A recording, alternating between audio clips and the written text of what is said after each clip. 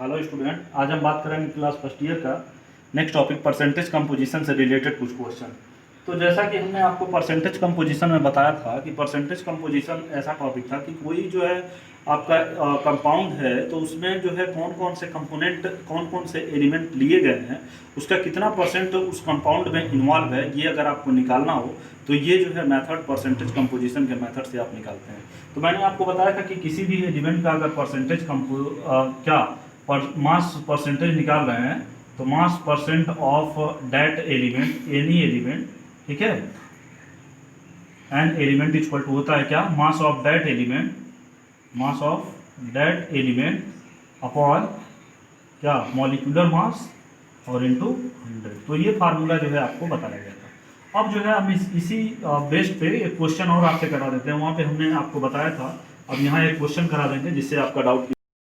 देखिए what is, question आपका है what is mass percent of carbon, hydrogen and oxygen in ethanol. Ethanol का जो फार्मूला है, मॉलिक्यूलर फार्मूला, वो क्या है, C2H5OH।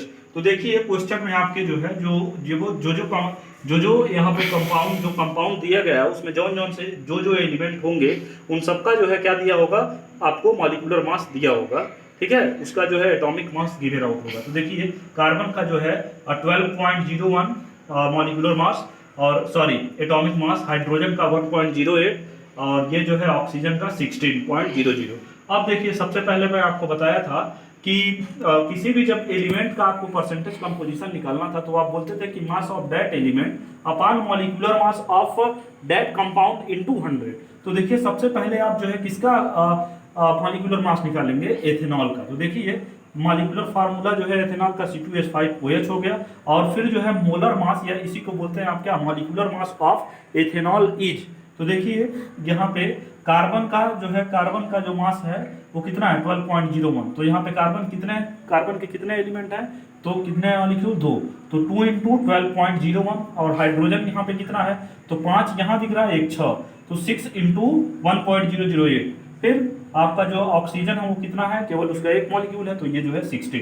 अब जब आप टोटल इसको जो है मल्टीप्लाई करके सब करेंगे, प्लस करेंगे, तो जो इसका एथेनॉल का मॉलिक्यूलर मास आएगा वो कितना आएगा, 46.068 ग्राम। अब ये आपका निकल गया मॉलिक्यूलर मास ऑफ एथेनॉल।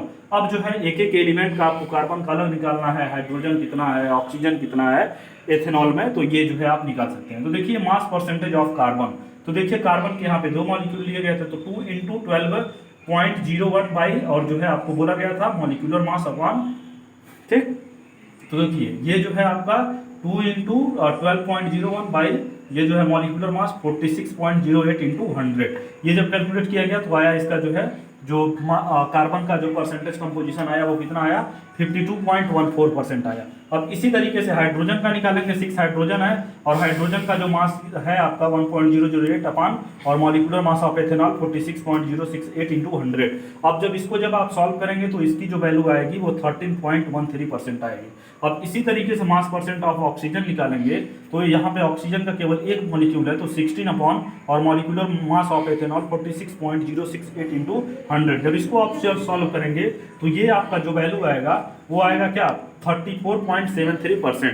अब जो है अब आपका ये सबका जो है कार्बन का जो है परसेंटेज कंपोजिशन निकल गया, हाइड्रोजन का निकल गया और ये क्या, ऑक्सीजन का। अगर आपको ये जानना हो कि आपका ये क्वेश्चन करेक्ट है कि नहीं करेक्ट है, तो परसेंटेज का मतलब ही आप जानते हैं कोई चीज़ क्या, 100%।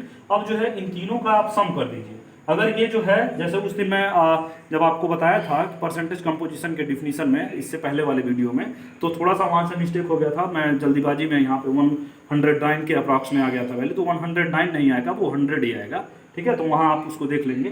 तो देखिए ये जो है, जैसे कि आपका ये जो कार्बन का परसेंटेज है, तो देखिए 2.14% ऑफ कार्बन है और 13.13% ऑफ हाइड्रोजन है और ऑक्सीजन 34.73% ऑफ ऑक्सीजन है। अब इन तीनों को हमने सम किया तो देखिए ये 100 हो गया। तो ये 100% जो है, जब आपका इन तीनों का वैल्यू आ गया तो ये जो है इस तरीके से ये क्या हो गया, एथेनॉल का जो है टोटल जो आपने परसेंटेज कंपोजिशन निकाला है ये आपका करेक्ट होगा, ठीक है। तो इसको अभी इस पे और मैं 2-4 क्वेश्चन आपको दे दूंगा, आप उसको सॉल्व करेंगे। आज के लिए इतना है, थैंक यू।